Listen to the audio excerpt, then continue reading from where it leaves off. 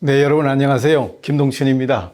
제가 이 KNCC 이 건물에 올 때는 굉장히 감회가 새로워요. 왜냐하면 제가 20대 때, 대학생 때는 늘 여기를 왔어요. 여기를 와야 이 민중신학이나 이런 사회 진보적인 강의를 들을 수 있었고 그런 분들을 만날 수 있었습니다.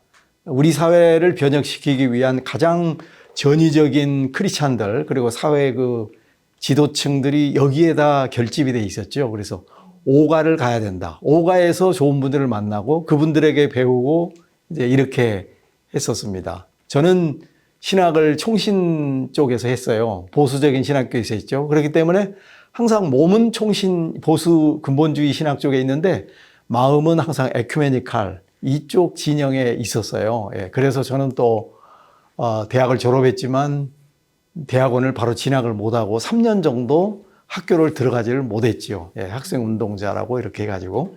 근데 이제 학위를 마치고 돌아와서 크리스찬들에게 이제 강의를 해보려고 할 때 저에게 가장 이제 마음속으로 정리를 해주고 싶은 주제가 뭐냐면은 세상 속의 그리스도인. 세상과 그리스도인의 관계. 이거는 다른 말로 하면 그리스도인과 세상과의 관계도 되지만 교회와 국가, 교회와 사회와의 관계도 되거든요. 그 다음에 또 다르게 말하자면 이 문제는 기독교적인 것과 사회적인 것, 세상적인 것, 이것을 어떻게 우리가 규정을 하고 할 것인가 하는 것에 대해서 이제 공부를 하는 게 필요하다라고 해서 이 주제를 느헤미야에서 오랫동안 강의를 해왔었습니다. 그런데 그리스도인이 세상 속에서 어떤 방식으로, 어떤 존재 방식으로 살아야 될 것인가, 이것에 대해서 학자들이 고민을 많이 했어요. 알고 보면. 이게 신학자들의 고민거리였습니다.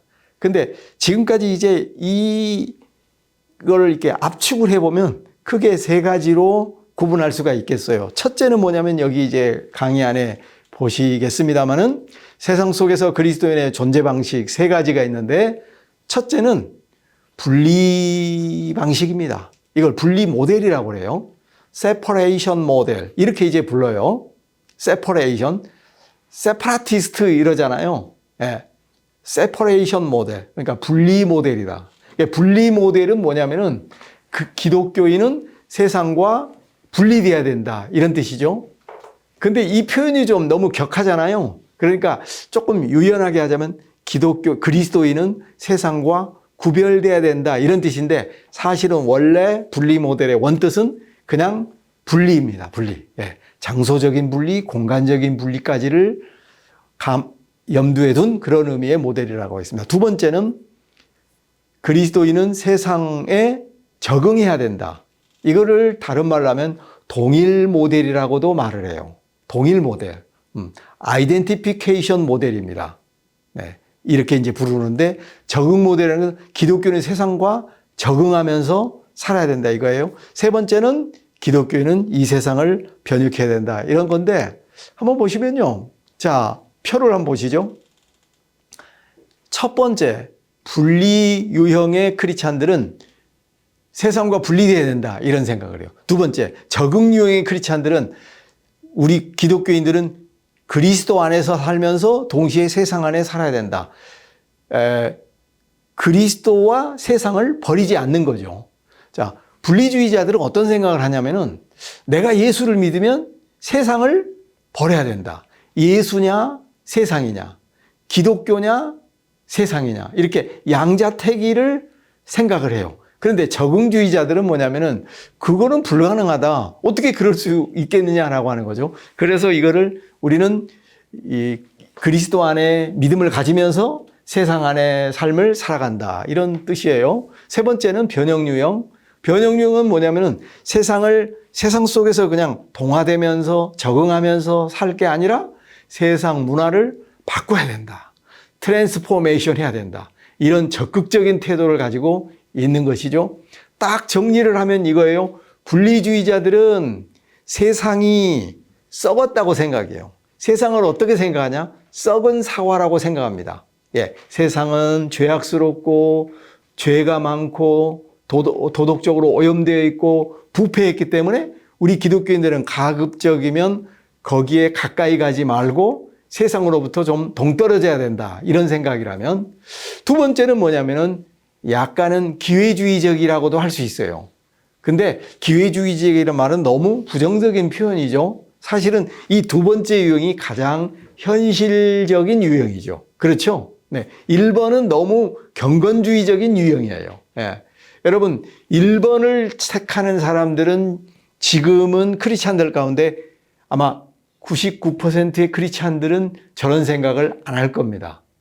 그렇죠? 지금 이 강의를 듣는 여러분들도 나는 세상과 분리돼야 돼. 이런 생각을 가지면서 신앙생활을 하는 사람은 거의 없을 거예요. 이거는 어떻게 보면 예전 모델이에요. 언제냐면은 이원론의 지배를 받던 그런 사람들.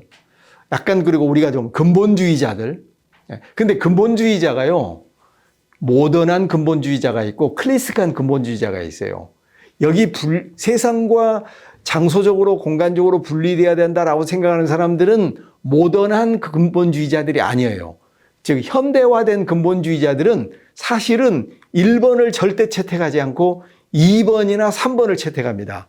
즉 예를 들어서 정광훈 목사를 생각해 보세요. 정광훈 목사 근본주의자잖아요. 그런데 이 사람이 분리를 하나요? 아니에요. 정치 참여하잖아요. 그리고 돈 많이 밝히잖아요. 그 교회에 있는 그 땅을 버리지 않지 않습니까? 거기를 장위 몇 동인가 그거를 어딜 이렇게 한단 말이죠. 그래서 현대화된 근본주의자들은 매우 세속적이다.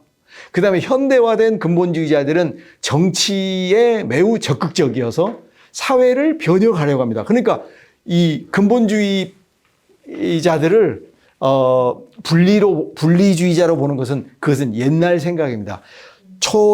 미국에서 근본주의자는 1920년대에 주로 일어나기 시작했는데 이때만 해도 이런 클래식한 고전적인 원리주의적 근본주의자들은 세상 문화를 등지려고 했어요. 예, 세상이 너무 죄악스럽다 이렇게 생각을 하는 거예요. 그래서 술, 담배 하지 않고 영화관에 가지 않고 당구를 치지 않고 뭐 이런 거예요. 이런 사람들이 이제 고전적 근본주의자들인데 이런 사람들은 사실은 분리를 채택했어요. 근데 현대화된 근본주의자들은 그렇지 않다. 적응을 하든지 변혁을 하든지. 오히려 현대화된 근본주의자들은 매우 전투적이고 공격적이고 정복적 사고를 가지고 있기 때문에 이 사회를 기독교 국가로 만들려고 합니다. 그래서 성시화 운동을 한다거나 또 기독당을 만든다거나 정확히 말하면 기독사랑당이었죠. 다 실패했지만 이제 내년에 또 무슨 선거예요? 총선이 있겠지만 그때도 또 이제 반짝하고 나올지 모르겠습니다. 아무튼 모던한 근본주의자는 고전적 근본주의하고는 틀리다. 그러면 고전적인 근본주의자들은 어떤 사람들이냐? 사실은 60년대, 70년대 크리스찬들이에요. 그러니까 저희가 신앙을 배웠을 때 지금 여기 벌써 서울 북쪽으로 오니까 무슨 생각이 나면 경기 서울 북부 더 저쪽으로 가면은 한월산, 삼각산, 의정부에 보면 도봉산 이런 데가 있죠. 옛날에는 모든 산에는 전부 다 기도원이 있었어요. 그러니까 60년대부터 적어도 80년대 초반까지는 기도원 운동이 굉장히 왕성했거든요. 그 당시에는 많은 사람들은 교회에서 기도하기보다는 산으로 들어가서 이렇게 거룩한 영을 받아서 말씀을 전해야 된다 해가지고 그 목사님들은 오늘 이 시간 금요일 저녁이 되면 서울 북부에 있는 유명한 대형교회 목사님들이 다 삼각산, 한월산, 도봉산 제1기도원 이런 데 왔어요. 왜냐하면 제가 80년대 때 제가 이렇게 학생운동을 하다가 그 기도원으로 피신했거든요. 기도원에 가보니까 금요일 저녁이 되면 서울의 유명한 목사님들이 다 와가지고 철야 기도를 하는 거예요. 교회에서 저녁 예배 때. 그러니까 금요일 날 오늘 이 시간에 이렇게 7시나 8시에 금요 기도회를 마치고 그리고는 본인은 성경 하나만 들고 산기도를 오시는 겁니다. 그리고 산속에서 밤새 부르짖다가 그 다음날 하산해서 이 산에서 내려오는 영을 받아서 주일날 교회에서 말씀을 전하는 이런 게 유행이었어요. 그 당시에 목사님들은 근본주의자였지만은 굉장히 저는 굉장히 그 경건한 삶을 유지하려고 했다. 근데 그 당시에 우리 기독교는 이원론이 지배했어요. 이원론이라는 건 뭐냐면 듀얼리즘인데, 이원론이라는 건 뭐냐면은 세상과 교회를 완전히 분리해서 보는 거예요. 기독교인과 세상을 나눠서 보는 겁니다. 이게 이제 이원론이에요. 이원론은 그 두 가지로 말할 수 있는데, 영육 이원론이 있고 성속 이원론이 있어요. 영육 이원론이라는 건 영적인 것은 거룩하고 고상한 거지만 육은 더럽고 죄악스러운 거이다. 그래서 피트니스를 한다거나 건강을 위해서 이런 육체적인 무슨 이걸 하거나 이런 것들을 옛날 분들은 되게 그거를 좀 이렇게 별로 이렇게 권장할 만한 일이 아니라고 그렇게 생각을 했어요. 참 제가 지금 너무 옛날 얘기를 하고 있는 거예요. 어쨌든 제 1번 패턴 분리 유형은 지금 크리스찬으로서는 상상하기 어려운 고전적인 모델을 지금 저는 얘기하고 있다. 그래서 자, 1번을 한번 보시죠. 1번을 지지하는 대표적인 성경 구절이 있는데 그게 바로 고린도서 6장 14절에 16절. 너희는 믿지 않는 자와 멍에를 같이 하지 말라. 이런 말씀이 있는 거예요. 이걸 이제 옛날에 크리스찬들은 진짜 그거를 액면 그대로 받아들였습니다. 그래서 예수 믿는 크리스찬들은 세상 친구들을 사귀지 않는 것을 당연하게 이렇게 생각을 했단 말이죠. 근데 이 사람들은 어떤 생각은 문화와 대립하는 그리스도를 생각합니다. 문화와 대립하는 그리스도. 자, 지금 여러분들에게 한 신학자를 알려드리겠습니다. 리차드 니버라고 하는 사람이에요. 그리스도와 문화를 쓴 사람입니다. 크라이스트 앤드 컬처라는 고전적인, 이걸 이제 모던 클래식스라고 그러거든요. 그러니까 현대 고전이죠. 그리스도와 문화를 통해서 이 니버는 라이놀드 니버가 아니에요. 라이놀드 니버는 기독교 현실주의자이고 그 형제가 리차드 니버예요. 이 사람이 그리스도와 문화를 썼는데 이 사람은 기독교적인 것과 세상 문화의 관계를 5가지로 구분을 했어요. 자, 여기서 이제 여러분들이 기억을 해야 됩니다. 첫째는 문화와 대립하는 그리스도를 분리 모델로 생각했습니다. 문화와 대립한다는 것은 문화와 자꾸 충돌하는 겁니다. 여기서 말한 컬처는 뭐냐면은 세상을 의미해요. 세상 문화를 말합니다. 세상 속에서 삶을 얘기해요. 이게 문화예요. 근데 이 첫 번째 크리스찬들은 문화와 자꾸 충돌하고 갈등을 일으키고 이렇게 하는 거예요. 그러니까 이것도 이 분리 유형이라고 할 수 있어요. 우리 초기 한국 구한말에 기독교가 전례가 왔을 때 선교사들이 우리 크리스찬들에게 요구한 게 뭐였죠? 주초 금지였죠. 주초. 술, 담배 금지했죠. 이것도 분리 유형에 속해요. 그 다음에는 제사를 거부했죠. 이것도 약간 분리 유형에 속해요. 근데 천주교는 어떻게 한 줄 아세요? 천주교는 제사제도 허용했습니다. 천주교 신자들은 지금도 성당에 다니지만 술, 담배 문제 별로 그렇게 의식하지 않습니다. 그러니까 천주교는 처음부터 모든 선교 전략이 적응주의였어요. 혹은 포용주의였어요. 네, 세상 문화를 배척하는 게 아니라 문화를 수용하고 문화를 긍정적으로 받아들이면서 선교를 이렇게 하려고 했던 것이죠. 네.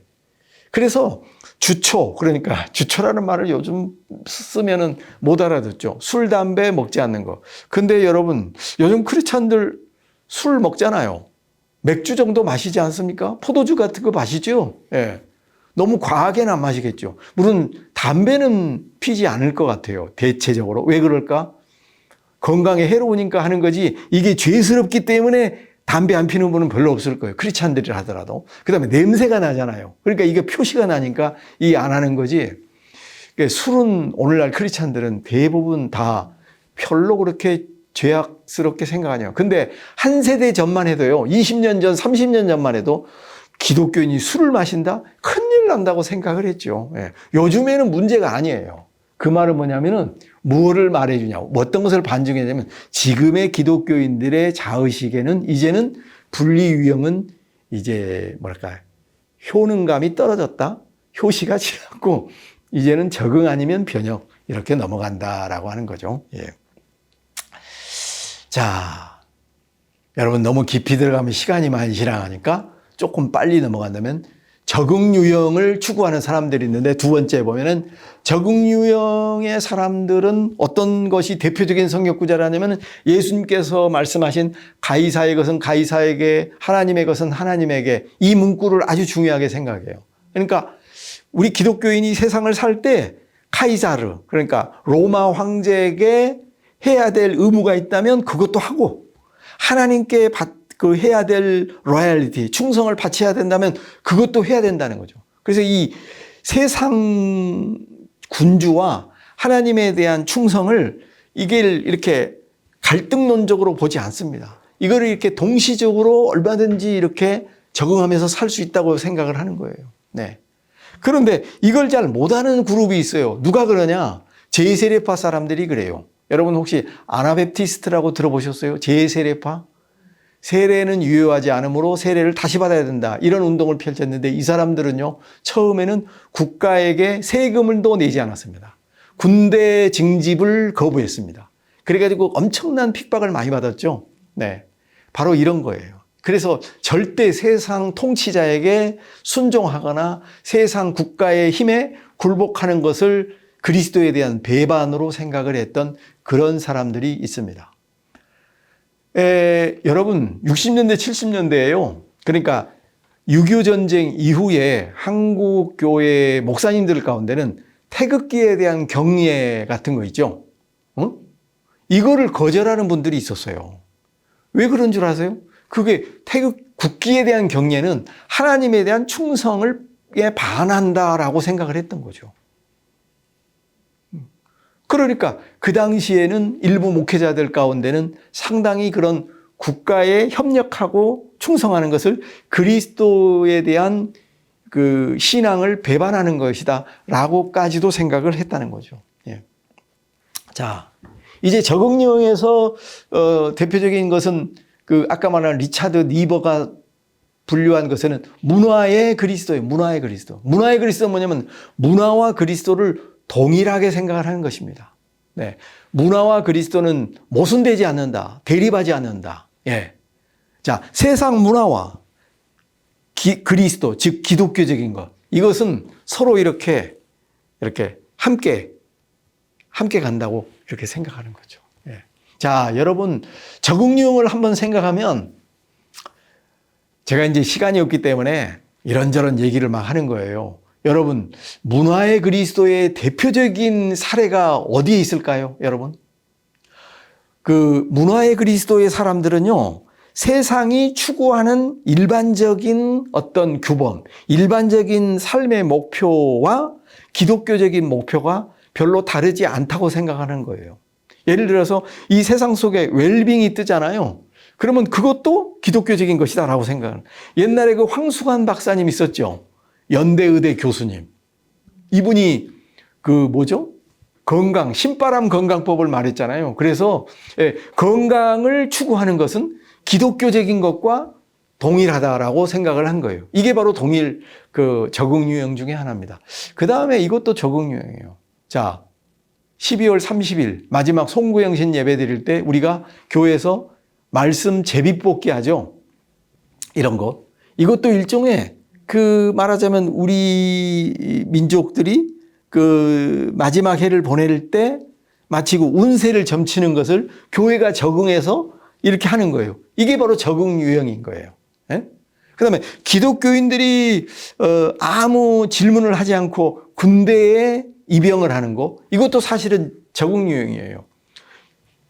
분리주의자들은 절대 그렇지 않습니다. 초대교회 성도들은 크리스찬으로서 군인이 되는 그것은 예수 그리스도의 산상수훈의 가르침에 어긋난다고 생각했어요. 예, 평화주의, 평화윤리를 배격하는 행위라고 생각했어요. 그래서 거절을 했어요. 그런데 적응주의자들은 그렇지 않습니다. 당연히 국가를 위해서 기독교인이 들어가야 된다. 사실 가만히 보면 군대 간다는 것은 타인을 합법적으로 살인을 한다는 건데, 이건 사실은 기독교인이 해서는 안 될 일이거든요. 물론 그렇다 해서 국가를 지키는 일도 또 기독교인이 해야죠. 그러니까 어려운 문제가 있습니다. 네. 문화 위의 그리스도도 적응 유형이에요. 저거는 캐토릭 유형입니다. 캐토릭 유형. 캐토릭은 주로 뭐냐면은 국가 위에 교회가 있죠. 그렇죠? 캐토릭은 그래요. 국가가 아래에 있다면 교회가 그 위에 있어요. 그 다음에 자연이 있으면 은총이 있습니다. 이성이 있으면 신앙이 있어요. 이게 바로 문화 위의 그리스도입니다. 네. 자, 그래서 캐토릭은 이 세상 문화를 절대 배격하지 않고 이것을 이렇게 끌어안아서 이렇게 포용하는 그런 입장을 가지고 있어요. 세 번째가 변형유역인데 이거는 세상을 그리스도의 지배 아래 바꾼다라는 생각입니다. 네, 그런 생각이에요. 이것도 이제 성경에 많이 나오고 이제 하는 건데 문화를 변형하는 그리스도라고 이렇게 생각할 수 있습니다. 자, 이제 한번 넘어가 보시죠. 계속해서 이 얘기만 할 수가 없으니까. 그래서 보면 4페이지에 맨 밑에 보면 분리주의자들은 보면 도피적 반문화주의자라고 할 수 있어요. 반문화라는 말 들어보셨어요? 반문화? 영어로는 카운터 컬처라고 씁니다. 반문화는 카운터는 번역을 하면 대항문화예요. 대항문화. 즉 세상 문화에 대항하면서 살아가는 것이다 라고 하는 거죠. 자, 그다음 두 번째. 이 적응주의자들은 현실 속에 적응하려고 하는 적응주의다. 세 번째, 문화변혁주의. 이런 입장을 가지고 있어요. 자, 이제는 세부적으로 좀 들어가 보려고 하는데 사실은 이 세 가지 특징을 어느 정도 얘기를 했어요. 사실은요. 그래서 이제부터는 이제 시간을 보면서 제가 적당히 자를 건 자르고 이제 진도를 팍팍 나갈 겁니다. 네. 자, 첫째, 분리모델 사람들은 정의가 중요합니다. 디피니션. 분리모델은 뭐냐? 그리스도인과 세상은 분리돼야 된다. 이제 이런 생각이에요. 네, 보면은 옛날에 우리 여러분들의 부모님들이 교회에서 그 가스펠송 부를 때 죄 많은 이 세상은 내 집안이네. 내 모든 보화는 저 하늘에 있네. 워낙 오랜만에 부르니까 지금 이게 음치스럽게 나오잖아요. 제가 노래를 좀 잘하는 사람인데. 그리고 세상 등지고 십자가 보내. 이런 거. 세상을 등진다. 야, 이게 바로 이런 것이었어요. 그리고 또 이런 게 있잖아요. 부자 청년에게 예수님께서 어떻게 영생을 얻으리까 그러니까 네가 계명을 지키라 그랬잖아요. 내가 지켰습니다 그러니까 너에게 한 가지 부족한 게 있다. 네 가진 재물을 다 가난한 자에게 나눠주고 나를 따르라 그랬더니 이 사람이 큰 부자이기 때문에 근심하며 떠났다고 그랬잖아요. 근데 예수님께서 그 말을 하고 나중에 이제 뭐라고 했냐면은 하나님 나라를 위해서 자기 부모나 형제나 무엇을 버린 자는 내세에 100배나 받고 막 그랬잖아요. 분리주의자들은요, 이거를 문자 그대로 지키려는 경향이 있어요. 그러면 적응주의자들은 이 본문을 절대 지킬 수 없다고 생각합니다.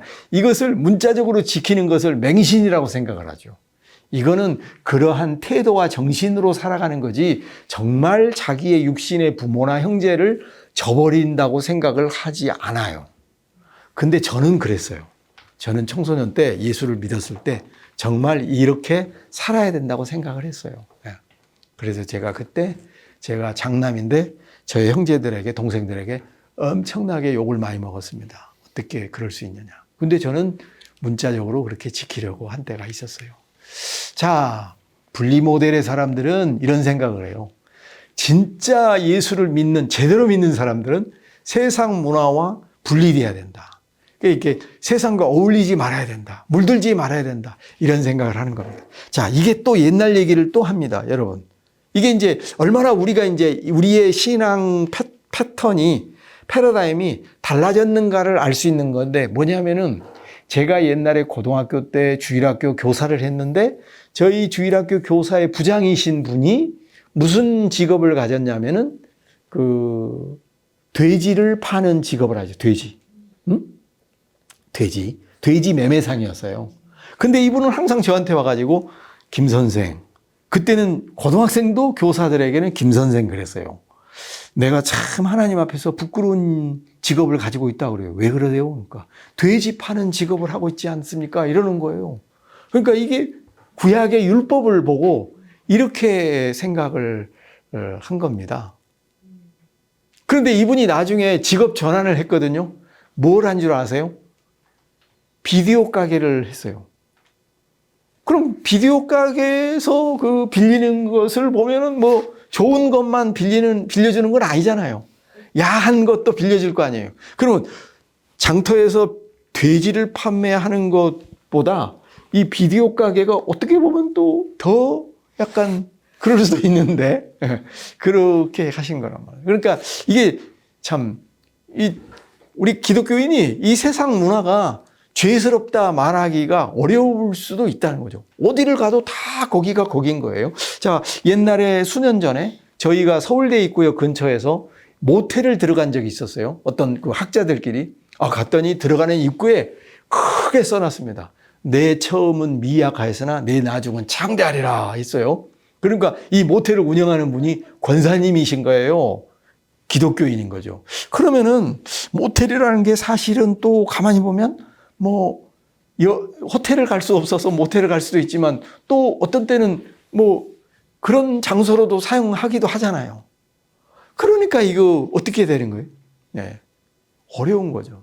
만약에 어떤 기독교인들이 약간 뭐 맥주집을 열었거나 뭐 이렇게 했을 때 목사님들은 어떻게 해줘야 되죠? 그 축복 기도를 해줘야 됩니까? 어떻게 해야 됩니까?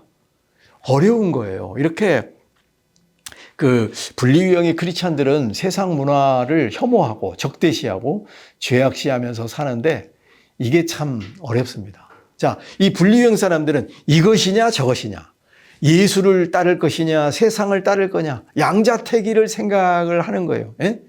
이것 아니면 저것, 이렇게 생각을 하는 것입니다. 근데 분리주의자들은 어떤 생각을 하냐면은 교회는 성스러운 곳이다, 세상은 세속적인 것이다, 이런 생각을 가지고 있어요. 그러니까 이 사람들은 세대주의자들이 많아요. 세대주의. 여러분, 세대주의라고 들어보셨어요?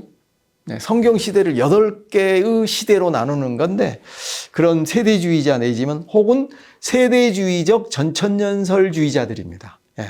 모든 전천년설이 그런 건 아닌데 세대주의적 전천년설주의자들은 그리스도가 오심이 가까울수록 이 세상은 더 악해지고 나빠지고 타락할 것이다, 이렇게 생각을 해요. 그러니까 세상이 타락하면 타락할수록 그리스도의 재림이 더 가까이 온다라고 생각을 하면서 세상을 빠져나가려고 하죠. 그래서 휴거를 생각하고 들림받는 걸 생각하고 막 이런 사람들이 있습니다. 네. 자, 그러면 한번 생각해 보죠. 성경은 분리를 말하는가 하는 거예요. 여러분, 우리가 한 가지 꼭 기억해야 될 게 있어요. 듀얼리즘과 듀얼리티는 다르다는 거예요. 무슨 말이냐? 이원론과 이원성은 구분될 필요가 있습니다. 성경을 가만히 보면 성경에는 항상 이원성을 얘기하는 게 많거든요. 뭐 가인과 아벨, 하나님의 아들들과 사람의 딸들, 예루살렘과 바벨론, 막 이렇게 분명히 이 둘로 나눠요. 그런데 이게 듀얼리즘은 아니에요. 근데 이원성이 있습니다. 네. 예루살렘을 사랑하는 사람과 바벨론을 사랑하는 사람이라고 해가지고 이 은유를 통해서 그렇게 설명하는 것이 거의 대부분입니다. 요한복음을 여러분 잘 읽어보세요. 요한복음을 보면 세상이 너희를 미워한다, 이런 말도 나와요. 네. 그러니까 세상과 기독교인은 어느 정도 이렇게 이원성을 가지고 있는 것을 볼 수가 있습니다. 자, 보면 히브리서에 보면 이런 말씀이 있거든요. 이런 사람은 세상이 감당하지 못한다, 뭐 이런 말씀처럼 그렇게 이렇게 철저한 그 신앙의 길을 따르는 사람들은 세상과 어울리지 못한 사람들이 많이 있었다. 아주 대표적인 것은 참 이 짧은 시간에 이 얘기를 다 하려고 하니까 참 굉장히 고단수의 이 적응이 필요한 것 같습니다. 네. 여러분, 구약의 그 레위기나 이런 거를 보면은 이스라엘 백성들에게 하나님께서 요구하는 것은 구별이잖아요. 구별.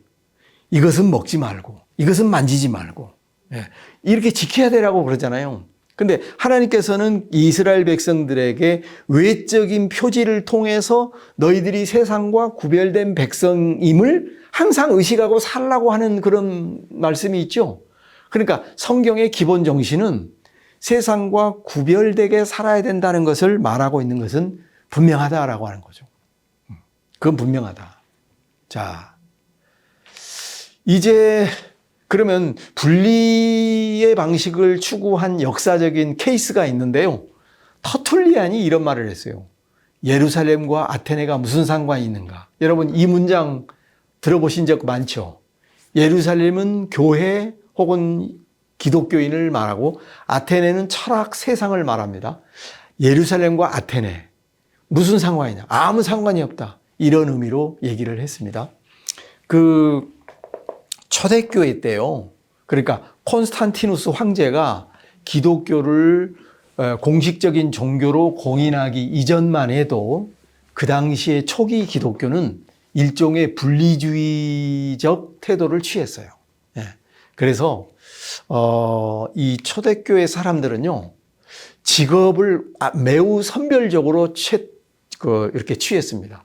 국가 공무원에 이렇게 취업하는 거, 이것을 말렸습니다. 기독교인들은. 왜 그러냐면 그 당시 공무원들은 이렇게 이방 신들에게 절을 하고 제사를 드리는 행사에 많이 참여를 했어야 됐어요. 검투사, 피를 흘리기 때문에 안 됐습니다. 글래디에이터, 전차를 모르는 사람, 이런 사람들, 서커스 구경하는 거, 서커스 같은 거, 이런 것도 이렇게 권유하지 않았습니다. 사형 집행관, 판사, 군인, 기능직, 이런 몇 가지 종류에 대해서 그 당시 초대교회는 좀 이렇게 권장하지 않았습니다. 그런데 이미 군인이 된 사람이 세례를 받을 때는 그때는 할 수 없었어요. 이미 국가공무원으로 봉직을 하고 있는데 예수를 믿을 때는 그 공무원직을 버리라고는 요구를 못 했어요. 근데 기독교인이 된 다음에 세례를 받은 이후에는 직업적으로 선택을 해야 되는 그런 것이 있었습니다. 그래서 선한 직업을 알선해 주기도 하고 그렇게 했습니다. 네. 자, 그래서, 그 초대교회 사람들은 어떤 생각을 했는가 하면은 이런 모토를 가지고 있었어요. We are in the world, but not of the world. 이랬단 말이죠. 우리는 세상에 머물러 있다. 그러나 세상에 속하지는 않는다. 이런 태도를 가지고 있었습니다. 자, 그러면은 그런 유형이 또 있어요. 청교도주의, 근본주의 크리스찬들, 이런 사람들이 있었단 말이죠. 여러분, 제가 젊은 시절에는 그 당구장에 가는 거 있죠. 이거 굉장히 좀 이렇게 약간 경건하지 못하다 이렇게 생각했어요. 지금 그렇게 생각하는 사람이 어디 있습니까? 이거 완전히 좀 이상한 기독교인이죠. 근데 옛날에는요, D.L. 무디라는 그 부흥사 있잖아요. 이분은 탁구장에 가서 탁구를 치는 것도 죄악시 여겼어요. 중국의 가정교회 크리스찬들을 만나보니까 저 오지에 사는 사람들은 커피 마시는 것도 죄악스럽다 이렇게 생각하고 있더라고요. 근데 이제 그러다가 계속 커피를 주고 막 이렇게 하니까 커피 괜찮다라고 이렇게 생각하는 거죠. 이렇게 이제 어떤 특정한 행위나 이런 것들을 이렇게 특별히 이렇게 죄악시 여기는 그런 사람들이 있어요. 자, 이제 좀 정리를 하겠습니다. 자, 우리 크리스찬들이 그러면 세상 속에서 분리하면서 사는 게 가능합니까? 가능하지 않습니까? 그거 불가능하잖아요. 불가능해요, 여러분. 어떻게 분리되면서 살 수 있습니까? 만약에 정말 우리가 세상과 완전히 장소적으로, 공간적으로 분리되어 살려고 한다면 여러 가지 걸리는 게 많겠죠. 우선 우리 자녀들을 학교에 보내지 말아야 되겠죠. 보내지 말아요. 왜냐하면 거기 가면 욕을 배우고 나쁜 짓을 보게 되고 막 이렇게 하니까. 그래서 기독교인들 가운데는 우리 아이를 정말 순수한 크리스찬으로 만들려고 기독교 학교, 이런 대안학교 이렇게 보내는데 여러분 거기도 세상이에요. 거기도 나쁜 공기가 있다고요. 거기라고 해서 아주 순수한 순결적인 그런 크리스찬만 있을 것이다. 이렇게 생각하는 것은 큰 오산입니다. 네.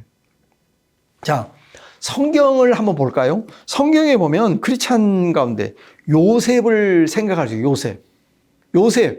요셉이 보면은 애굽의 보디발 장군의 집에 봉사자, 디아콘, 섬기는 자로 갔잖아요. 갔는데 그때 이제 그 부인이 이렇게 유혹했을 때 도망갔지 않습니까? 이거는 약간 분리의식이 있는 거예요. 세상에 죄악된 것과 분리해야 된다는 것이 있어요. 근데 요셉이 그렇게 살았나요? 나중에 총리가 됐을 때요, 요셉이 이름을 바꿔요. 사브낫 바네아. 그리고 요셉이 누구하고 결혼하냐면은 그 당시에 온 제사장의 딸과 결혼해요. 온 제사장은 누구냐면, 온이라는 말은 영어로 헬리오스예요, 헬리오스. 태양신을 숭배하는 제사장의 딸입니다. 이게 뭐냐? 요셉은 애굽의 정치적 기반이 없잖아요. 그러니까 그 당시에 가장 종교적 어떤 세도 가문의 딸과 결혼한 거예요. 정략 결혼한 거예요, 한마디로. 예. 자기는 이방이니까. 그러면서 이름을 바꿉니다. 이름을 바꾼다는 것은 히브리적인 어떤 정신으로부터 벗어나는 그런 측면도 있고, 어떻게 보면 애굽적인 문화에 자기가 빨리 적응하였다는 그런 뜻이잖아요. 그 다음에 다니엘과 세 친구가 왕에게 바쳐진 음식을 거절도 했지만, 그 사람들은 동시에 그 제국의 신하까지도 거절하지 않았잖아요. 그 사람들은 어떤 것은 거절했지만, 어떤 자기의 그 제국의 공직, 고위공직자로서 살아가는 것까지를 거부한 적은 없었어요. 그러니까 이렇게 보면 되겠어요. 성경에서 어떤 한 유형만 채택하고 있지는 않다. 어떤 경우에는 분리 방식도 채택하고, 어떤 경우에는 적응, 변형 이런 방식을 채택한다라는 것을 볼 수가 있습니다. 그래서 이 원칙적 분리주의가 있고 현실적 분리주의가 있어요. 그러니까 우리는 현실적 분리주의가 될 수밖에 없죠. 원칙적으로는 분리하면서 살아야 되지만 현실 속에서 우리는 어쩔 수 없이 살아야 되죠. 야, 이거 참 딱 한 가지만 얘기할게요, 여러분. 제가 군대에 가서 군종병을 했어요. 군종병을 하게 되면 여러분 어떻게 하냐면은 낮에는 예배를 크리스찬들, 개신교인들이 드리잖아요. 오후에는 그 장소에서 천주교 신자들이 예배를 드려요. 그 다음에 법당은 따로 있으니까 불교 신자들은 따로 있으냐 이렇게 하는데, 그러면은 제가 천주교인들의 예배, 미사도 도와주고 이렇게 합니다. 법당에 이렇게 하는 것도 내가 안내를 해주기도 하고 이런 일을 해요. 그런데 참 우리 크리스찬들이 이 세상과 완전히 단절해서 살기가 어려운 게 뭐냐면은 그 주일날 개신교 신자, 천주교 신자, 불교 신자 숫자를 사단에다가 보고를 해야 될 때가 있거든요. 그런데 사단에서는 예배 인원이 정해져 있어요. 그러니까 옛날에 그랬다만. 그러니까 이 숫자를 맞춰줘야 됩니다. 그러니까 오늘 예배 모임이 150명밖에 안 됐어. 근데 150명으로 보고하면 안 돼요. 개신교는 200명 정도 해줘야 되고, 천주교는 한 50명 정도 해줘야 되고, 법당 여기는 한 30명 정도 이렇게 해줘야지, 실제로는 한 10몇 명밖에 안 갔어요. 그러면은 거기다 보고를 할 때 이 숫자를 맞춰줘야 된단 말이죠. 저는 거기서는 적응을 했어요. 맞춰줬어요. 근데 어떤 것은 분리를 했냐면은 밤중에 막 깨어가지고 이웃 마을에 가가지고 볏짚을 훔쳐오라거나 막 이런 일이 있거든요. 군대에서는 다 이 비용이 나오는데 그걸 중간에서 빼먹기 때문에 또 고참들을 통해 가지고 밤중에 자기 병사들 데리고 거기 가서 볏짚을 빼오거나 막 이런 일이 있었어요. 그거는 절대 안 한다고 그랬어요. 그걸 막 하면 하지 않으면 개머리판으로 막 가슴을 치면서 때리고 막 그러면 쓰러지고 막 이렇게 하면서도 그거는 그런 것들은 이제 거부를 했습니다. 어쨌든 저도 어떤 경우에는 거절을 하고 어떤 경우에는 참 유약하게 넘어가기도 하고 그랬습니다. 고백을 합니다, 지금. 예. 자, 우리 그리스도인들이 분리만 해버리면 부적응자가 될 수 있어요. 부적응자. 사회 부적응자. 그런 사람 많았어요, 옛날에 보면. 예.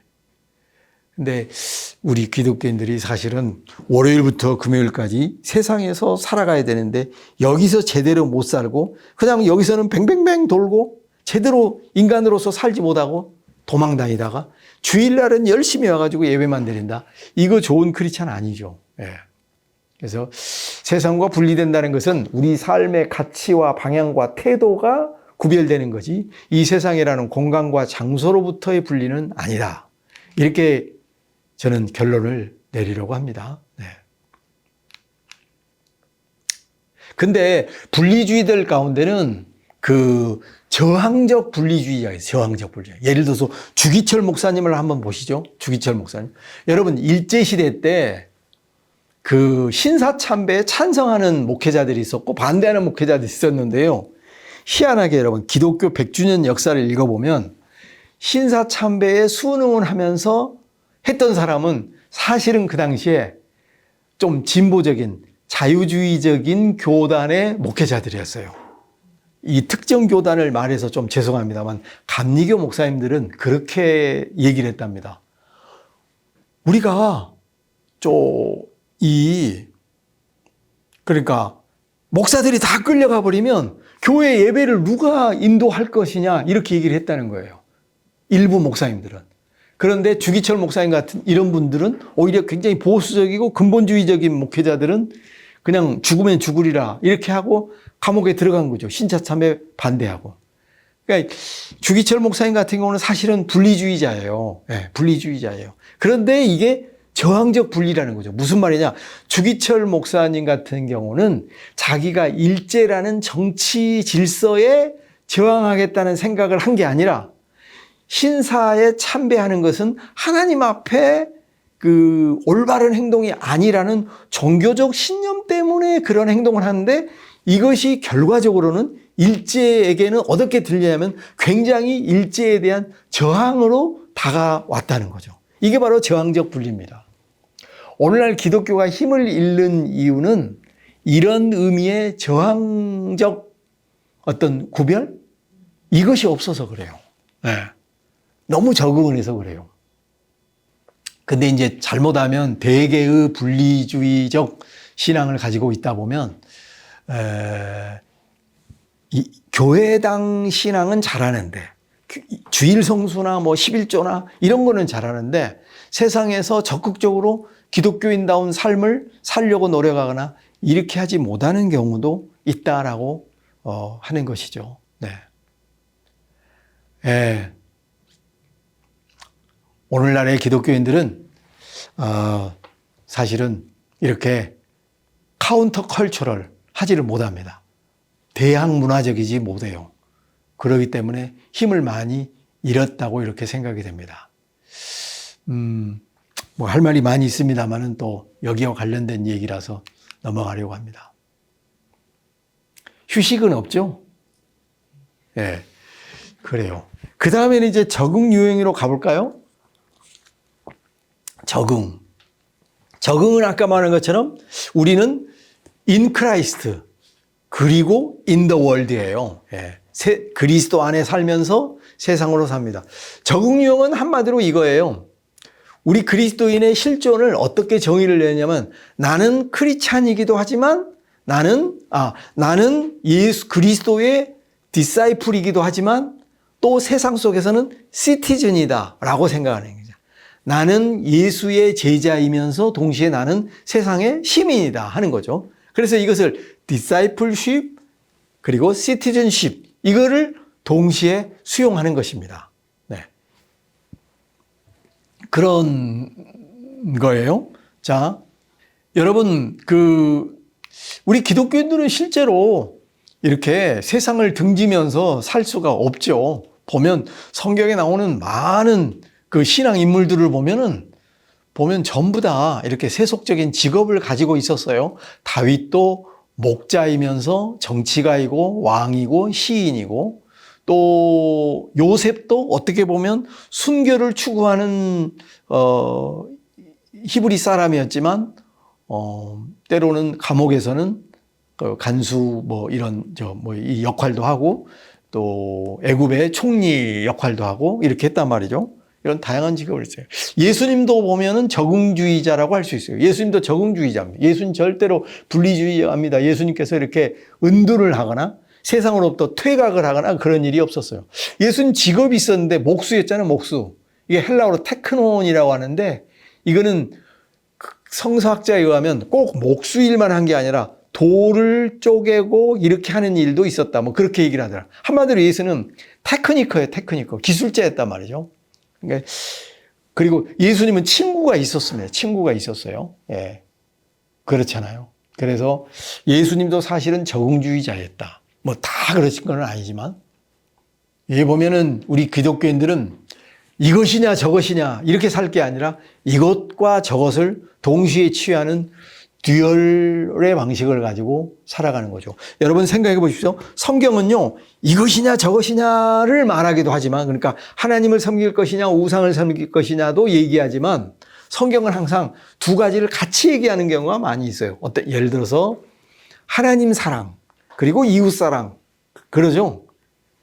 그렇게 얘기해요. 예수님에게도, 예수 그리스도는 어떤 본성을 가지고 있었죠?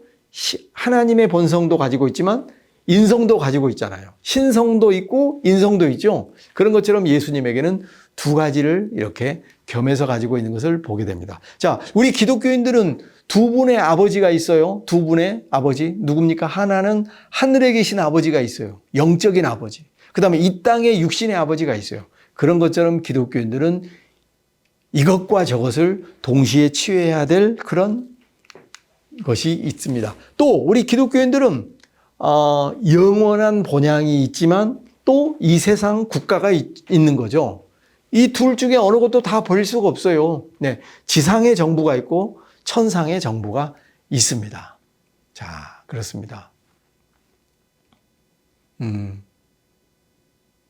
그래서 우리 기독교인들은 하나님께 바쳐야 될 것은 하나님께 바치고 세상 그 세금, 국세 이거를 또 납부하기도 하고 이렇게 합니다. 두 가지를 우리가 이렇게 해야 되죠. 로마서 13장을 보면 그렇게 돼 있어요. 위에 있는 권세에 복종하라 그랬죠. 로마서 13장이 왜 나왔을까요? 왜 기록이 되었을까? 거기에는 배경이 있었어요. 많은 이교도인들이, 그 당시에 그 로마 통치자들이 기독교인들을 어떻게 바라봤냐면은, 이 사람들이 전부 다 무정부주의자들이다라고 생각했어요.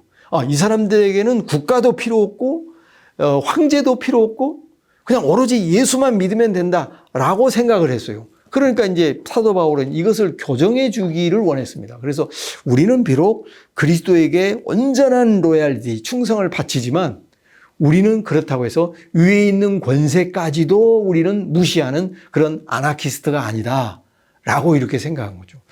초대교인들은요, 그 당시에 굉장히 구별된 삶을 많이 살았어요. 그 당시에 로마 그리스 사회는 일반적으로 유기가 흔했어요. 아이를 태어나면 그냥 어디다 그냥 버려버렸습니다. 그 다음에 음행이 심했습니다. 많은 이렇게 불륜이나 간통이나 이런 일들이 많은데 기독교인들은 절대로 어린아이를 버리지 않고 그 다음에 굉장히 정결한 삶을 살았습니다. 네. 이런 것들이 특징이에요.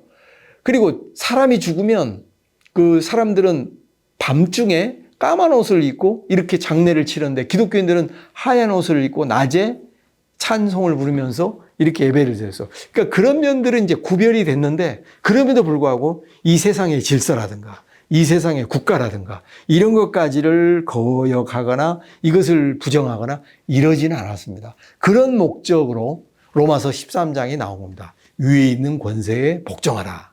하나님께서 이 칼을 주었다는 거죠. 칼을 주어가지고 이 세상 질서를 유지하도록 이렇게 했다고 하는 거죠. 데살로니가 전서가 후서나 이런 데를 보면은 그 당시에 자꾸 크리스찬들 가운데 임박한 종말론주의자들이 많이 등장했어요. 예수님 곧 올 거다 이렇게 생각하면서 자꾸 이 일을 하지 않고 자꾸 막 종말에 대해서만 얘기하고 재림에 대해서 너무 얘기를 하는 거예요. 그래서 사도 바울이 일하기 싫거든 먹지도 말라. 왜 그랬냐면은 주님의 종말을 생각을 하더라도 우리가 이 땅에서 해야 될 일을 해야 한다는 방식으로 그렇게 성도들을 가르치고 그랬습니다. 네. 자, 우리 기독교인들은요, 두 날개로 살아가는 그리스도인이에요. 적응 모델 두 날개. 한쪽은 신앙이라는 날개가 있어요. 한쪽은 이성이라는 날개가 있어요. 그러니까 우리 기독교인들은 한편으로는 믿음으로 살지만 또 한편으로는 합리적으로 사는 거예요. 다른 말로 하면, 자, 여러분, 이거예요. 여러분, 우리 크리스찬들이 병 들었을 때 어디를 가죠? 어디를 먼저 갈까요? 내가 아프고 치료가 필요할 때 병원에 가야죠. 의사에게 나의 환부나 이런 것을 이렇게 진료를 받겠죠. 근데 옛날에 그 근본주의자들 혹은 또 이단 같은 이런 사람들은 아프면은 기도원에 가라고 그러고 뭐 그런 사람들이 있었잖아요. 네. 아픈 아이를 그냥 놔두고서 기도만 하는 그런 부모들이 옛날에 있었어요. 그러니까 그때는 이제 그 분리주의적 그런 사고를 가지고 있었던 거죠. 아픈 사람 있으면 빨리 병원에서 치료해야 되는데 기도원에 끌고 와가지고 더 병이 악화돼. 물론 나은 경우도 있었죠. 옛날에 뭐 현신의 권사님이나 뭐 옛날에 뭐 맛이 갔지만 조영기 목사나 이런 게 옛날에 그 신의 은사가 막 우리 기독교회 안에 흥행했을 때는 그런 역사가 막 일어났습니다. 근데 오늘날 여러분, 우리가 병이 났을 때 어디를 가죠? 먼저 병원에 가죠. 근데 이 병이 좀 심각할 때는 어떠죠? 우리가 병원에 가서 그 과학을 통해서 의료기술을 통해서 치료만 받는 게 아니라 때로는 믿음으로 기도하기도 하죠. 그리고 질문을 하죠. 하나님께서 왜 나에게 이런 질병을 주셨을까? 이렇게 기도하잖아요. 그러니까 그 기독교인이라서 꼭 믿음만으로 사는 것 같지만 그렇지 않아요. 때로는 합리적이고 이성적으로 산다는 거죠. 여러분, 우리 기독교인들이 그 차를 운행하게 되면 뭐부터 드려야 돼요? 자동차 보험 드려야 되잖아요. 근데 여러분, 교회에서 수련회 가거나 이럴 때 학생들, 청년들이나 중고등학생들 차에다가 다 싣고 나서 요즘은 그렇지 않겠지만 옛날에 보면 꼭 출발하기 전에 목사님이 기도하잖아요. 운전대를 붙잡아 주시고 안전운행하시게 뭐 이렇게 기도한단 말이죠. 근데 사실은 안전장치가 다 돼 있어요. 네? 그거 수련회 출발하기 전에 벌써 그 운전하는 그 집사님은 이미 그 자동차 정비소에 한번 갔다 왔을 거고요. 그 다음에 또 자동차 보험 다 들어있잖아요. 그리고 사고가 나면 어떻게 대비를 할 것이라는 이 대비책이 다 돼 있죠. 그렇죠? 근데 하나님이 다 지켜주면 그런 거 필요 없잖아요. 그냥 근데 우리는 그렇게 살질 않아요. 기독교인들이라고 해서 연금을 들지 않거나 저축을 하지 않거나 자기의 노후나 미래를 위해서 대비를 하지 않는 일이 없습니다. 현대사회는 그런 연금이라든가 보험이라든가 이런 것을 하지 않고서는 살아갈 수가 없는 사회예요. 그러니까 믿습니다라고만 살 수 있는 그런 사회 구조가 아니게 되어 있습니다. 옛날에는 그랬을지 몰라요. 그래서 여러분 이런 것도 한번 생각해 볼 필요도. 옛날에 우리 어머니 아버지들이 교회 생활할 때 교회가 건축을 하거나 막 이렇게 하면 자기 집을 전세금을 빼가지고 준 적도 있고 그랬어요. 그렇죠? 근데 지금 기독교인이 하겠어요? 안 하겠어요? 안 합니다. 절대 안 하죠. 왜 그래요? 지금은 다 적응주의자가 돼서 그래요. 그것을 꼭 신앙이 꼭 많이 신앙의 열기가 떨어졌다고만 말할 수는 없어요. 이거는 신앙에 대한 패턴, 방식이 많이 달라졌다. 이렇게 볼 수가 있습니다. 자, 여러분, 그런 얘기 있잖아요. 원정수 권사라고 감리교단에 원정수 권사님이 시험을 보러 갔는데 하나님께 기도를 했다잖아요. 그때 기도를 하고 눈을 떴더니 답안지가 다 보이더랍니다. 그래가지고 막 써가지고 합격했다는 얘기가 있죠. 근데 여러분, 그것은 좋은 신앙인가요? 아니잖아요. 시험을 앞두고 있으면 열심히 공부하고 준비하고 이렇게 해서 답안을 써야지. 그렇게 하늘에서 벼락 같은 축복이 오기를 기다리는 거. 그런 사람들이 참 많이 있었어요. 지금도 그렇고. 예. 자기 미래를 위해서 이렇게 준비하고 계획을 세우고 이런 것들을 불신앙이라고 생각하는 사람들이 많이 있습니다. 그러나 사도 바울은요, 그런 문구가 있어요. 부모는 자녀를 위해서 저축을 하나니라는 그런 구절이 있어요. 예? 그래서 부모가 고린도후서 12장 14절 부모가 자녀를 위해서 저축하는 행위를 사도 바울은 절대로 정죄한 적이 없어요. 예, 없습니다. 그래요. 그러니까 그리고 또 한 가지가 있습니다, 여러분. 마태복음 6장에를 보면 이런 말씀이 있죠. 무엇을 먹을까? 아무것도 염려하지 마라. 이것은 다 이방인이 구하는 것이다. 이렇게 말하고 있잖아요. 이 말씀만 믿는 사람들은 아, 그래?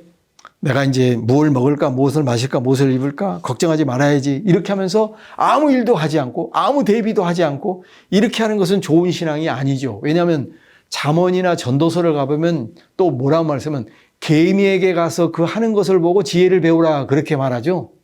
개미는 여름에는 열심히 일해서 양식을 모은다. 겨울을 위해서 말이죠. 그러니까 성경을 하나만 보면 안 되는 거예요. 성경 한 구절에는 성경 한 구절에는 나를 위해서 자기 부모나 형제나 가족을 버리는 사람은 내세에 100배나 받는다. 이런 말씀이 있죠. 근데 십계명에는 뭐라고 되어 있습니까? 내 부모를 공경하라. 이렇게 나와 있잖아요. 그러니까 성경을 단편적으로 보면 안 되고 전체적으로 이렇게 보아야 건강한 신앙관을 가질 수가 있습니다. 자, 이제 우리가 세상을 살면서 어느 정도 적절한 태도를 가지고 살기 위해서 필요한 어떤 이론이 있는데 그것을 두왕국 이론이라고 그래요. 예? 그래서 Theory of Two Kingdoms라고 이렇게 부릅니다. 두 개의 왕국에 관한 이론인데 이거를 만들어낸 사람이 마르틴 루터입니다. 여러분 종교개혁자이죠. 이 사람은 이제 하나님께서 두 개의 왕국을 창설했다. 하나는 그리스도와의 왕국, 하나는 세상 왕국을 만들었다는 거죠. 자, 여러분 조금 신학적인 얘기를 해보죠. 어거스틴은 로마 시대에 그 역사 철학을 고민을 했는데 하나는 뭐죠? 예? 시비타스 데이, 하나님의 도성이 있고 그 다음에는 또 하나는 세상 도성이 있다고 생각을 했어요. 어거스틴이. 근데 어거스틴은 뭐냐면 이 세상 도성과 하나님의 도성은 이렇게 할 수 없이 함께 갈 수밖에 없다. 근데 이런 맥락을 이어받아서 마틴 루터도 두 왕국이라는 것을 이렇게 생각을 했습니다. 네. 제가 이제 좀 자세히 얘기하려다가 시간을 보면서 빨리 잘라야 되겠다라고 해서 지금 멈추고 있는 겁니다. 자, 여러분, 그리스도 왕국은 그리스도께서 통치하는 나라인데요. 네. 이 나라에는 누구만 들어올 수 있느냐? 크리스찬들만 들어갈 수 있어요. 하나님을 사랑하는 사람만 이 왕국에 있습니다. 그런데 이 왕국은요, 은혜와 용서와 사랑에 의해서 지배가 되는 나라예요. 그리고 이 나라는 복음에 의해서 지배가 되는 거예요. 그리고 이 나라는 말씀과 신앙에 의해서 지배가 되고 특별히 산상수훈, 산상설교 있죠. 마태복음 5장에서 7장까지 있는 이런 것에 의해서 이제 지배되는 것이고 옆에 있는 세상 왕국은 그게 아니라 여기는 심판과 징계와 저주를 통해서 다스려지는 이 나라는 율법의 나라입니다. 칼로 다스려져요. 이성으로 다스려져요. 자, 제가 이제 이런 얘기를 한번 해보겠습니다. 자, 여러분, 우리 기독교인들이 이것을 정리하지 못하면 굉장히 이 세상에서 헷갈리면서 할 때가 많이 있어요. 예를 들어서 어떤 크리스찬 학교 교사가 있다고 해봅시다. 크리스찬 학교 교사. 크리스찬 학교 교사가 이제 교실에서 아이들을 이렇게 관리를 하는데 애들이 너무 떠드는 거예요. 말을 안 듣는 거예요. 그러면은 이 교사는 자, 지금 오늘날 시대하고 좀 달라요. 오늘날에는 선생님이 매를 들 수 있어요, 없어요? 매를 들 수 없잖아요. 체벌 금지가 되어 있죠. 대체적으로 그렇죠. 근데 옛날에 그랬단 말이죠. 그러면은 뭐 벌을 주거나 체벌을 하거나 이렇게 해야 되는데 이 교사, 이 선생님이 어제 주일날 목사님에게 이웃을 내 몸과 같이 사랑하라. 뭐, 이런 번씩 7번이라도 용서하라. 막 이런 아주 사랑의 말씀을 들었어요. 그래서는 이 선생님이 아이들이 막 떠들고 막 장난을 치고 막 책상 위를 돌아다니고 막 얼퍽지고 하면서 무질서가 막 이루어지고 있는데 이때 이 선생님이 얘들아, 나는 너희를 사랑한다. 주님 이름으로 축복한다. 이렇게 얘기를 하면 이 교실이 질서가 잡힐까요? 안 잡힐까요? 안 잡히죠. 더 난장판이 돼버리죠. 그렇죠? 이 아이들에게는 뭐 벌칙을 준다거나 뭐 예를 들어서 뭐 선생님이 아주 뭐 이렇게 뭘 해가지고 이 아이들의 질서를 잡을 필요가 있겠죠. 또 다른 예를 들어볼게요. 여러분, 자, 사형 집행관이 있어요. 사형 집행관. 근데 이 사람이 크리스찬이야. 근데 사형 제도가 시행되는 국가에서 공직을 수행하는 재판관이라고 합시다. 재판관이라고 합시다. 그러면은 이 재판관은 이 사람에게 사형 언도를 해야 되는데 나는 크리스찬인데 사형 언도 못 하겠습니까? 이렇게 할 수 있을까? 그 다음에 사형 집행이 떨어졌는데 사형 집행관일 경우에 이 사람은 크리스찬이라는 이유로 이거를 거절해야 될까요? 그거 어렵겠죠. 그 다음에 어떤 도둑이 칼을 들고 막 거리를 회집고 다니면서 사람을 찌르고 있고 막 이렇게 하고 있어요. 난폭하게 이렇게 하고 있습니다. 이럴 때 경찰이나 뭐 옛날식으로 하면 순경이나 이런 사람들이 곤봉을 가지고 그 사람을 때려야 될까요? 혹은 총이 있는데 무슨 총이죠, 그거? 예? 그거 무슨 총입니까?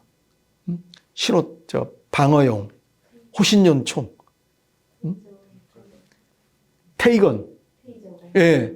이런 거를 쏘거나 아니면 진짜 미국 같은 경우에는 총을 쏘는 일이 많이 있죠. 그런데 이 사람이 크리스찬이라고 해서 이 일을 만약 하지 않게 되면 이 세상은 강도나 난폭한 폭력군들이 너무나도 난무할 거예요. 자, 지금 저는 무슨 말씀드리냐면은 이 세상 나라는요, 사랑의 왕국, 은혜의 왕국, 용서의 나라가 아니에요. 이 세상 나라는 복음으로 다스려지지 않는 나라입니다. 이 세상 나라는 뭘로 다스려집니까? 법으로 다스려져, 법. 그렇죠? 법은 동시에 뭐를 가지고 수행을 하죠? 권력을 가지고 수행하죠. 강제력. 법을 수행할 때는 때로는 말을 안 듣을 때는 곤봉을 사용할 수도 있고 총을 사용할 수도 있죠. 옛날에는 칼을 사용하기도 했죠. 자, 저는 이 공무를 집행하는 사람들이 올바른 의미에서, 합법적인 의미에서 무력을 사용하는 것을 전제로 하는 겁니다. 뭐 독재자라든가 아주 그냥 히틀러라든가 이런 사람들이 사용하는 그런 권력 사용을 용인하는 거나 이런 게 전혀 아니고 정상적인 의미에서 권력을 집행하는 사람들을 말합니다. 사형 집행관은 사형 집행을 내릴 수도 있고 경찰관은 도둑을 쫓아가서 그 사람을 제압을 하거나 그 사람을 묶거나 그 사람을 때려서라도 잡아 가둘 수도 있는 거죠. 그래야만 세상이 이렇게 질서가 잡히고 정의가 유지될 수가 있는 것이죠. 그렇기 때문에 이 세상의 질서를 유지하기 위해서는 크리스찬들의 그 사랑의 마음, 은혜의 마음, 이것만 가지고는 할 수가 없어요. 이거는 우리 교회 안에서는 가능해요. 교회 안에서는. 자, 그래서 여러분, 루터가 그런 말을 했습니다. 국가에 속한 시민들은 그 세상의 법을 지키는데 굉장히 억지로라도 지킨다는 거죠. 억지로 지킨다는 거죠. 마음을 다해서 지키는 게 아니라. 근데 억지로 이거를 지키지 않으면 벌금을 내야 되고 때로는 감옥에 가두어지기도 하고 이러기 때문에 할 수 없이 이 법을, 사회법을, 국가법을, 시민법을 지켜야 된다고 하는 거죠. 그런데 이걸 지키기 때문에 이 사회가 질서가 유지되고 이렇게 할 수가 있는 거예요. 근데 반대로 교회라는 것, 그리스도인들이 모여있는 이곳은 그리스도의 원리가 그리스도가 다스리는 곳이기 때문에 여기는 폭력을 쓰면 안 돼요. 여기는 세상법으로 다스려지는 곳이 아닙니다. 무슨 말이냐면 여러분, 교회에서 말을 잘 안 듣는 장로님이 있다고 해서 목사님이 가가지고 그 사람 조인트 까면 될까요? 안 될까요? 안 되죠. 안 되죠. 그냥 무한히 용서해 줘야 되죠. 왜? 거기는 교회이기 때문에 그러는 거예요. 교회에서 학생들이 말을 듣지 않는다고 해서 저 화장실 뒤로 모이라 해가지고 막 옛날식으로 뭐 매를 하거나, 이거는 교회가 아니죠. 그거는 십자가의 사랑이 아닌 겁니다. 그리스도의 왕국은 오로지 저렇게 말씀으로, 은혜로, 복음으로 다스려져야 되고, 이 세상 나라는 법과 강제력과 이성으로 다스려져야 된다라고 하는 것입니다. 자, 이제 내가 한 가지 실제적인 예를 들어볼게요. 어떤 분이 길거리에서 이렇게 물건을 판다고 합시다. 사과를 팔아요, 사과. 사과나 귤이나 이런 거를 팔아요. 근데 이분이 굉장히 열렬한 크리스찬이에요. 근데 이분은, 자, 여러분, 장사를 왜 하죠? 이윤을 남기기 위해서 하는 거죠. 그렇기 때문에 내가 얼마 짓대어 가지고 나서 거기다 이윤을 붙여서 파는 거잖아요. 근데 기독교인이라고 해서 이윤을 다 안 남기고 판매하는 것이 정당할까요? 그 다음에 기독교인이라고 해서 지나가는 사람에게 이거 사든지 말든지 하세요. 사실 이 사과는요, 속이 약간 썩었어요. 아니, 그러니까 이것도 얘가 좀 적절하지 못했는데, 어쨌든 세상에서 이윤을 남기려고 장사 행위를 하는 것 자체가 나쁜 게 아니라는 거죠. 기독교인의 모임에서는, 교회에서는 이윤을 남기기 위해서 행동하는 것은 잘못일 수 있어요. 왜냐하면 여기는 무한대로 이렇게 거저 주었으니 거저 주어라. 근데 거저 받았으니 거저 주어라. 이 정신을 세상을 사는 크리스찬들이 세상 속에서도 액면 그대로 다 하기란 현실적으로 어려울 때가 있는 거예요. 네.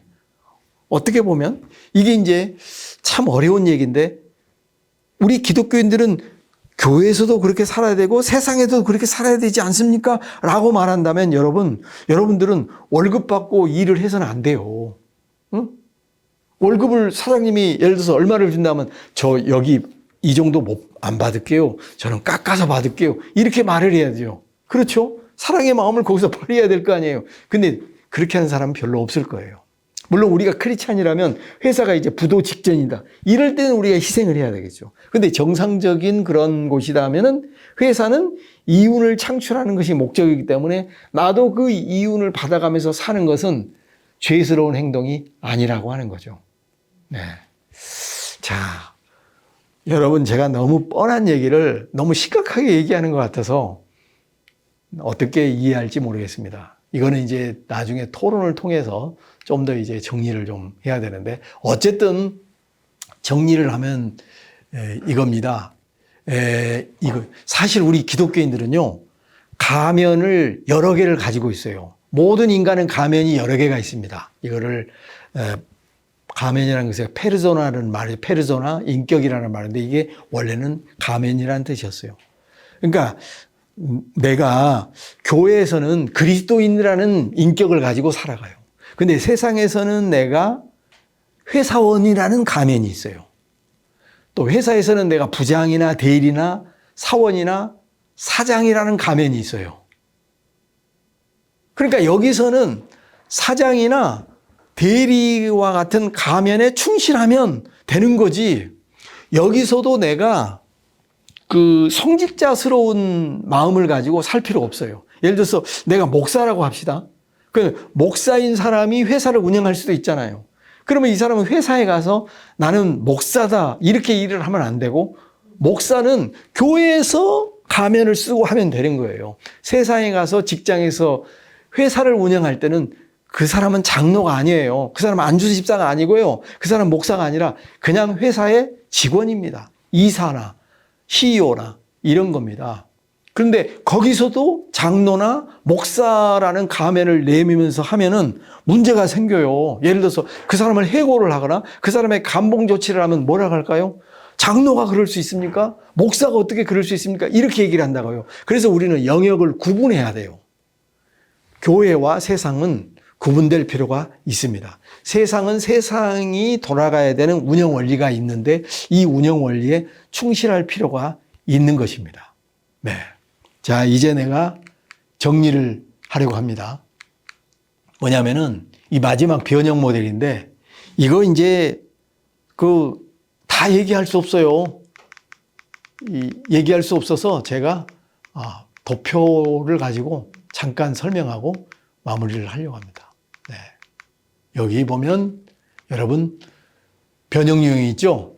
이 입장은 어떤 생각을 하냐면은 세상 모두가 다 그리스도가 다스리는 곳이라는 생각을 하는 거예요. 세상 모두가. 그러니까 내가 교회 안에서뿐만 아니라 세상 속에서도 그리스도의 다스림을 구현하도록 살려고 하는 것입니다. 자, 한번 예를 들어서 생각해 보죠. 분리 유형의 대표적인 인물이 누굴까요? 터툴리안 같은 사람이에요. 제세례파 같은 사람들이에요. 두 번째, 비유형의 대표적인 사람이 누굴까요? 이 사람은 루터 같은 입장이에요. 세 번째, 변형 유형의 대표적인 사람이 누구냐? 존 칼빈 같은 그런 사람들이에요. 이런 사람들은 이 입장은 뭐냐면은 온 세상이 그리스도의 통치 아래 두어야 된다고 생각을 합니다. 그래서 이 사람들은 학교도 그리스도의 통치 아래 두어야 돼요. 국가도 그리스도의 통치 아래 두어야 돼요. 병원도 그리스도의 통치 아래 두어야 되고, 정부도 그래야 된다라는 생각을 기본적으로는 가지고 있습니다. 그래서 이 사람들은 문화를 변혁하는 그리스도라는 이런 모토를 가지고 이렇게 살아가고 있는데요. 아까 제가 강의 초반부에 이런 얘기 했죠. 사과가 있어요. 근데 썩은 사과가 있어요. 분리주의자들은 썩은 사과를 보고서는 그걸 그냥 던져버려요. 아니면 썩은 사과를 절대 다 입에다 대지 않으세요. 왜냐하면 썩은 사과를 먹다가는 배탈 나가지고 내가 큰 병에 걸릴까봐 이거를 멀리 이렇게 하는 겁니다.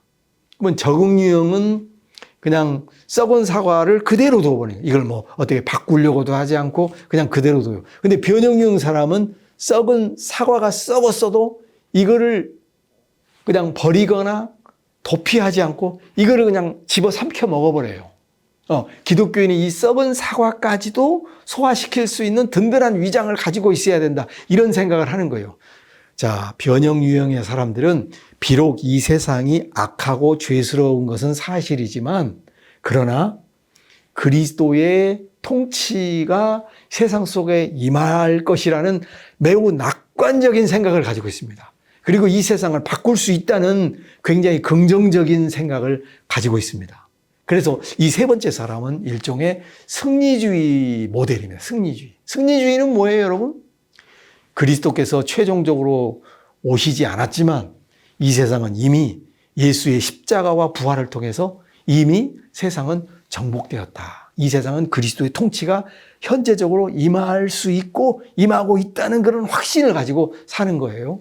그러니까 이 세 번째 사람은 굉장히 세상 속에서 적극적입니다. 그래서 정치에도 적극적으로 참여하고 이런 하는 거예요. 독일의 경우를 예를 들냐면 독일은 여러분 루터의 본고장이잖아요. 그러니까 루터교가 왕성해요.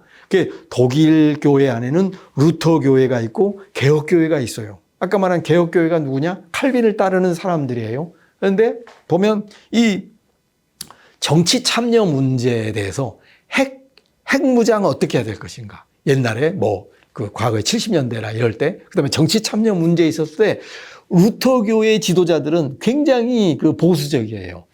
교회가 너무 정치적 현안에 대해서 목소리를 낼 필요가 없다는 거예요. 그거는 국가의 위정자들에게 맡겨야 된다. 정치는 정치에 맡겨야 된다. 이렇게 자율주의적인 사고를 가지고 있는데, 개혁주의자들, 즉 칼빈 라인을 따르는 변형 유형의 사람들이기 때문에 이 개혁교회는 리폼드 처치 사람들은 적극적으로 발언을 합니다. 그래서 기독교의 원칙을 세우고 우리 에카데 독일교회 입장은 이거다라고 하면서 적극적으로 표명을 하고 그렇게 합니다. 그래서 칼빈이나 칼 바르트라든가 윌리겐 몰트만이라든가 이런 신학자들은 전부 다 이 개혁교회 전통에 있어요. 그래서 세계의 평화와 세계의 정의와 이런 것에 굉장히 적극적인 입장을 띠고 있고 그렇습니다.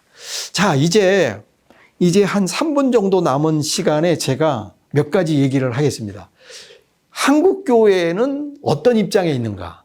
결론을 얘기합시다. 한국교회에서는 지금 이제는 더 이상 분리주의, 세상으로부터 도피하고 세상을 멀리하려는 그런 유형의 신앙을 가진 사람들은 거의 없습니다. 그러면 이건 누가 할까요? 아마 이단 종파들이 좀 그런 게 있겠죠. 그러면 이단 종파가 이렇게 득세하는 이유는 저는 몇 가지 원인이 여러 가지가 있는데, 그것은 이것도 있어요. 청년들이나 오갈 데 없는 사람들이 이단 종파에 많이 빠지기도 하고 그러는데, 보면은 이 교회와 세상의 간극을 확실하게 구분해 주기 때문에 오히려 여기가 더 부흥하는 거예요. 지금 한국 개신교는 분리를 하는 것보다는 적응을 해버리고, 이것도 아니고 저것도 아니고 술에 물 탄 듯 그냥 흐리멍텅해져 가지고 세상 사람한테 볼 때 별로 이렇게 눈에 보이지를 않는 겁니다. 네. 그래서 적응 유형이 가장 대부분이에요. 그러면 변형 유형은 누가 속하느냐? 변형 유형은요, 지금 강의를 하고 있는 이 NCCK, 한국기독교교회협의회, 여기가 사실은 70년대, 80년대 가장 한국 사회의 변혁을 위해서 가장 투신했던 사람들이 여기 바로 모여 있었어요, 여기에. 예? 그래도 가장 변혁적입니다. 그래서 이 가장 변혁적인 그 기독교 그룹이 뭐냐? 해방신학이나 민중신학을 추구했던 그런 분들이에요. 이런 분들이 가장 사회 참여적입니다. 그 다음에 변혁적 사고를 가지고 있는 사람들이 누구냐면은 기독교 세계관 운동을 한 사람들 있죠. 이런 사람들이 또 변혁주의 입장을 가지고 있어요. 근데 그러면 여기만 그러냐? 아까 말했죠. 정광훈이나 이 현대화된 근본주의자들도 변혁주의자들이 되고 있어요. 옛날에는 그 보수 기독교는 종교 분리 원칙을 내세웠어요. 그래서 정치와 종교는 분리돼야 된다, 이런 입장을 띄었거든요. 그래서 교회가, 기독교가 정치에 관여하는 것은 기독교의 올바른 뜻이 아니다, 이렇게 생각을 했어요. 근데 시간이 흐르면서 뉴라이트가 등장했어요. 기독교 우파가 등장했어요. 기독교 우파가 누구로부터 시작되면 김진홍, 서경석 이런 사람들로부터 시작됐는데, 이때부터는 보수 기독교가 완전히 달라지기 시작했습니다. 그래서 옛날에 보수 기독교는 정치를 멀리 해야 되는데, 지금 현재 뉴라이트 이쪽 기독교는 정치에 적극적으로 참여를 하면서 정치적 목소리를 내고 있죠, 여러분. 그래서 기독당을 만들었잖아요. 그 다음에 옛날에 그 이명박 대통령 만들 때 적극적으로 장로 대통령 세우자라고 해가지고 대통령 선거에 우리 그쪽 뉴라이트 그룹이 적극적으로 참여했지 않습니까? 그렇죠? 그리고는 또 약간 진보적인 정권이 들어서면 그 사람들을 무지하게 이렇게 막 까고 이렇게 하죠. 예? 세문은교회 옛날에 그 담임 목사님, 여의도에 있었던 어떤 그 침례교회 그런 목사님, 매주 설교가 완전히 정치적인 설교였어요. 그래서 뭐 이정훈 교수나 뭐 이런 사람들, 한국에 지금 목소리를 아주 높이는 사람들, 차별금지에 반대하고 반동성애 운동의 목소리를 앞세운 사람들, 뭐 이런 사람들이, 그룹들이 지금은 다 보수 기독교를 대표하는 사람이었는데, 어떻게 보면 근본주의자라고 할 수 있는데, 옛날에 근본주의자가 아니라 현대화된 근본주의자들은 기독교를, 국가를 기독교화하려는 정복주의 생각을 가지고 있다는 거죠. 그래서 변혁을 추구하는 기독교가 꼭 진보적 기독교만 그런 게 아니다. 보수 기독교도 우리 현대 사회에서는 매우 변혁적이다. 그래서 성시화 운동을 하는 거예요. 성시화 운동. 이 성시화 운동도 사실은 원래는 좋은 뜻이었는데, 지금의 성시화 운동의 흐름은 결국은 이 모든 도시를 이렇게 거룩하게 만들자. 근데 그들의 정치적 이념은 이 보수 우익에 이렇게 깔려 있는 거죠. 그래서 지금은 이제 정치 참여를 하면 진보적이고 정치 참여를 하지 않으면 보수적이다, 이런 등식은 깨졌습니다. 진보나 보수나 다 정치 참여를 하니까요. 정치 참여 어떻게 하냐? 지금 교회 안에 있는 나이 드신 어른들에게 카톡으로 모든 이 문자가 다 돌아다녀요. 그래서 그들의 왕국이 따로 있어요, 여러분. 우리는 젊은 세대들은 모르는, 그분들이 이렇게 접수받고 있는 그런 게 따로 있습니다. 그분들이 듣는 유튜브가 따로 있어요. 그래, 그들의 나름대로 공화국, 왕국이 따로 있습니다. 그 왕국에서 계속 뉴스를 듣고 이래요. 예를 들어서 뭐 TV 조선을 듣고 또 이제 카톡을 통해서 계속해서 돌리고 그런 것들을 막 유포시키고 말이죠. 이렇게 돼 있어요. 그래서 지금은 정치 참여하느냐 안 하느냐 이게 중요한 게 아니라 어떤 정치냐, 어떤 정치에 참여냐, 이런 것이 이제 문제가 되고 있는 것 같습니다. 자, 이제 여러분 그 정리를 하자면 그리스도인은 세상 속에서 어떻게 살아가야 될 것이냐, 세상과 분리해야 될 것이냐, 세상과 적응해야 될 것이냐, 세상을 변혁해야 될 것인가. 강의를 듣는 여러분들은 이렇게 생각해요. 이거 분명히 답은 정해져 있네. 1번보다는 2번이 더 낫고 2번보다는 3번이 나오니까 3번이 답이야 라고 생각하다면 그거는 X예요. 1번이 옳을 수도 있어요. 2번이 매우 필요할 수도 있습니다. 3번이 필요할 수도 있어요. 답이 있는 게 아니고요.